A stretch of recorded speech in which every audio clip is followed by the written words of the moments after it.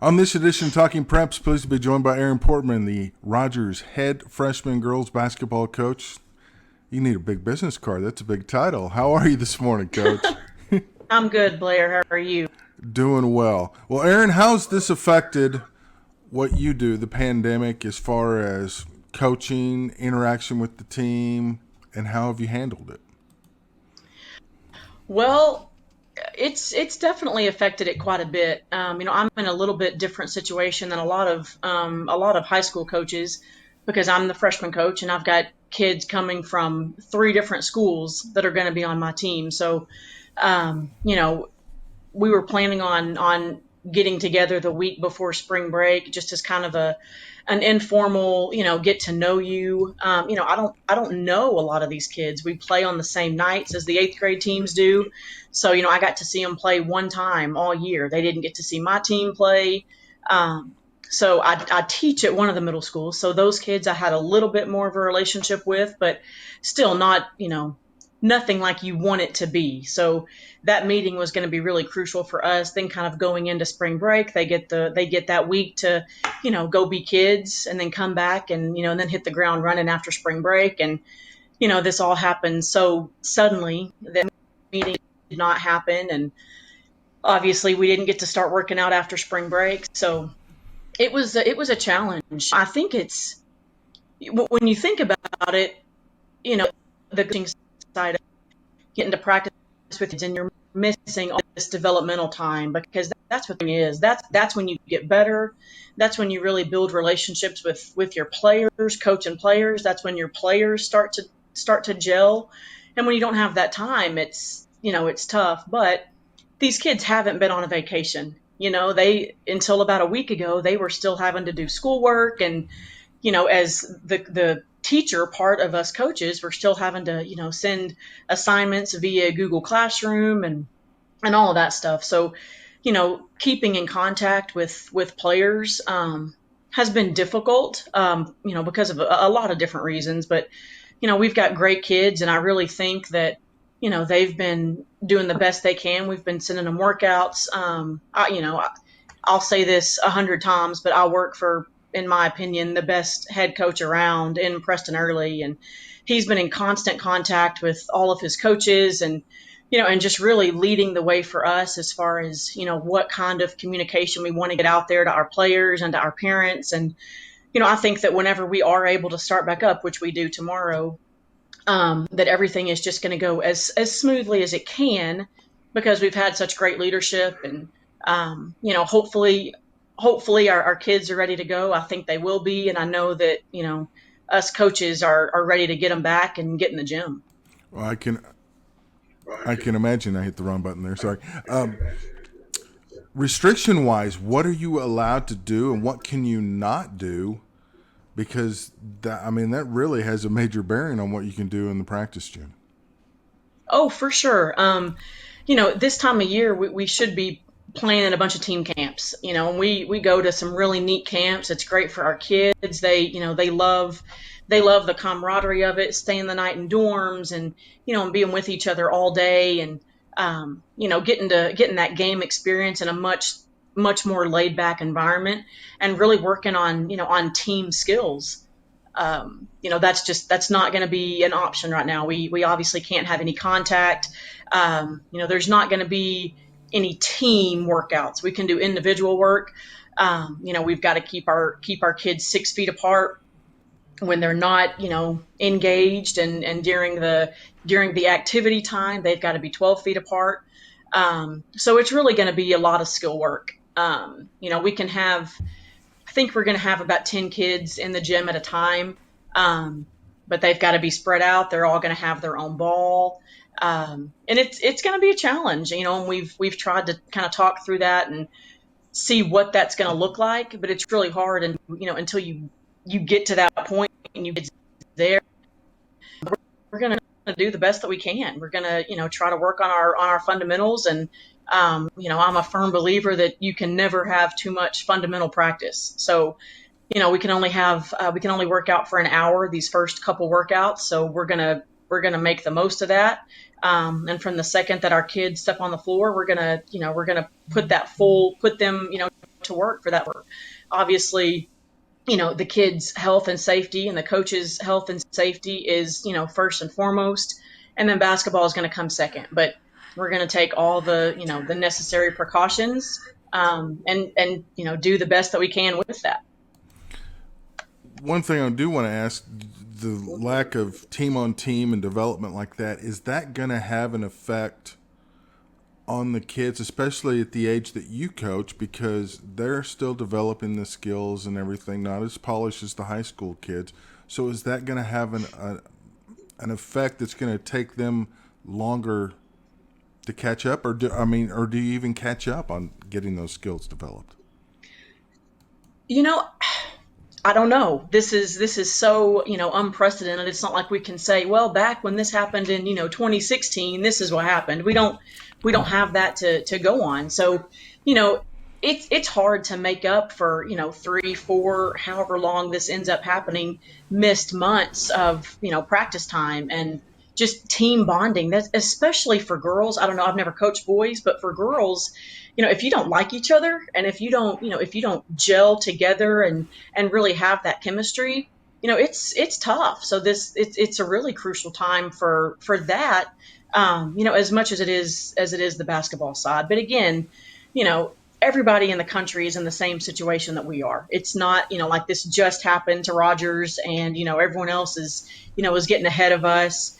It's not like that. We'll do the best that we can, and thankfully we don't play a game until the end of November. So, we've got some time.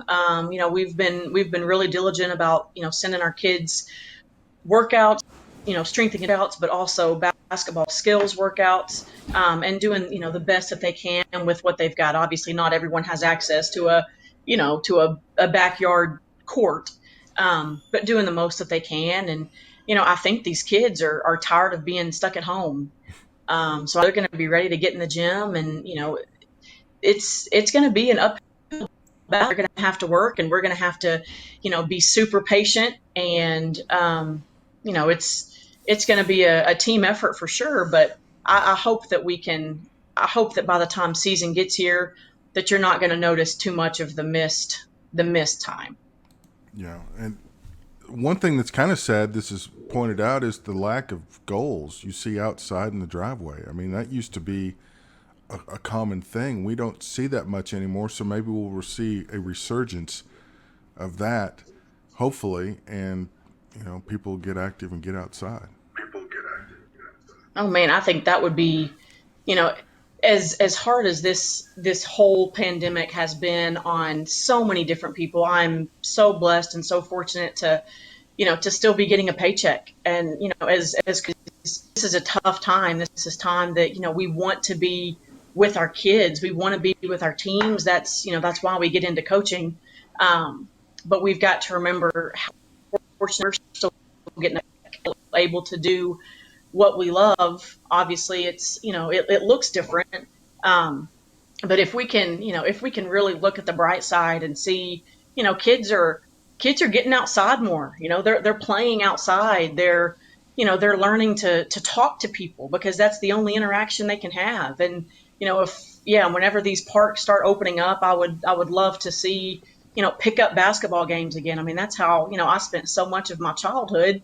You're at a park somewhere and you just start playing a game. And, kids of this generation, they haven't had that. And I think that would be an awesome outcome if something like that were to happen. No question about it. Hey, one of the things I wanted to ask you about on Twitter, your team had the Kobe uniforms, and that was really cool.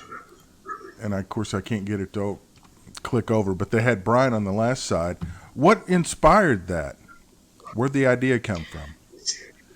Well, obviously these kids, they love Kobe, and they've grown up with Kobe Bryant, and he was a huge, huge supporter of girls basketball. And so, right after the tragedy of his passing and his daughter's passing, I had several players that came up to me and asked if they could wear, some shirts over their jerseys.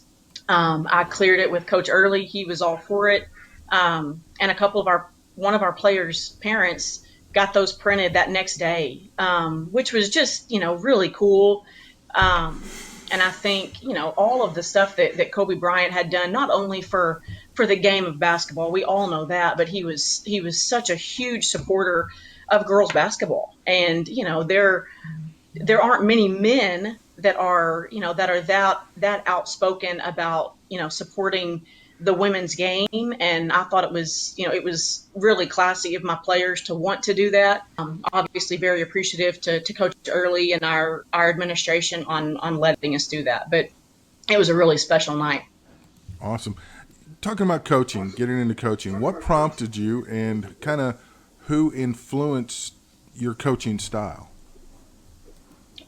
Well, I never thought that I would coach, and I know that's hard to believe. I've been around basketball almost my entire life, but I really never thought I would get into coaching. When I was in college, I really fell in love with strength and conditioning, and you probably remember that. Yep. And I really thought that was the path that I wanted to follow. And then the more that I got into kind of that world, I was a GA for Todd Barber, who I still think is the best in the business. I was getting older and knew that I wanted to get married and have a family, and just kind of saw what that looked like, and didn't think that was really a feasible option for me. And I'll forever be grateful for Heather Hunsucker. She gave me my first coaching job, and I actually started doing the strength and conditioning with her Springdale team several years ago. And I couldn't help myself after our workout, go to the gym, and I couldn't help but coach while I was in the gym. I think it's always part of me, even though I tried to fight it for a few years. But very thankful for her. And I think, I'm still a young coach. I just finished my fifth year of coaching.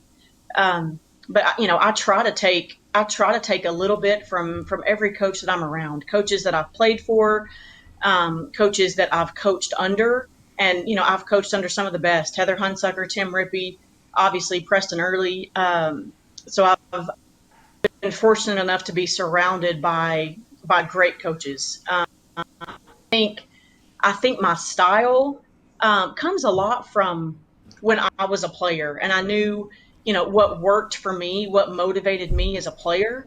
And thinking about kids now, I try to appeal to that. I'm getting older, but I still feel like I'm young enough that I can relate to those kids. And every kid is different, and it'd be easy to say I treat every kid the same, and you do. But some kids you've got to coach differently. And I think if you want to be a successful coach, if you want to have successful teams, I think you've got to be willing to do that. So um, hopefully, all of my players know, all of my players, former players, know I care about them. I would do anything in the world for them. um, and hopefully that comes out, whether I'm you know patting them back or yelling at them across the court. But hopefully they know that. Relationships are almost more important than the X's and O's, are they not? 100%, especially at this level. And I kind of mentioned this earlier, but for girls, if girls don't think that you care about them, and they don't think that you respect them, they're not going to play for you. And it's really just as simple as that, whether that's right or wrong, the way that it is. And I think that's huge. I think that's really the reason that I got into coaching. Some of my best friends today are former coaches of mine. And it's so much deeper than the X's and O's and the one basketball season that I have of them. I would like to think that all of the kids that I've coached for the last 5 years, that I could call them now, and they could call me if they needed something. But that's got to be the foundation. If there's not a relationship there that goes deeper than the X's and O's, they're not going to play for you. It's not going to be fun for them. It's not going to be fun for you. Um, and that's what basketball is to me. It's so much more than just a game. It's so much more than something you do for a couple hours a day, 4 or 5 months out of the year. It's about those lifelong relationships. I would assume that you had a chance to watch the Last Dance documentary series. What was your takeaway from that? Oh man, and I'm ashamed to even say this. I have not watched all of them. I've got two kids, 2 and younger, so my TV time is limited. But Understandable. I mean, obviously, I grew up. Yeah, yeah. I grew up a huge Michael Jordan fan, and really, his I wasn't even alive during his prime. So it was really neat going back, and a lot of those stories I had heard, but obviously didn't get to experience them firsthand. But one thing that no one can take away from Michael Jordan. I mean, I personally think he's the best that's ever played the game. Think he's the best that will ever play the game. Um, but he was so determined, and the clip when they're running sprints in practice, and this is your best player. I mean, the best player in the world, and he's winning every sprint. He wasn't going to lose, and I think that's there's just much to learn from that. It doesn't matter if you're the best player on the team, if you're their team, but to have that mind that whatever you're doing, you're going to give it 100% all the time, and he did that. And I've encouraged my peers to watch that documentary because it really is just completely eye-opening. It was definitely fascinating. Hey, you have time real quick to play our quick quiz? Absolutely. All right, here we go.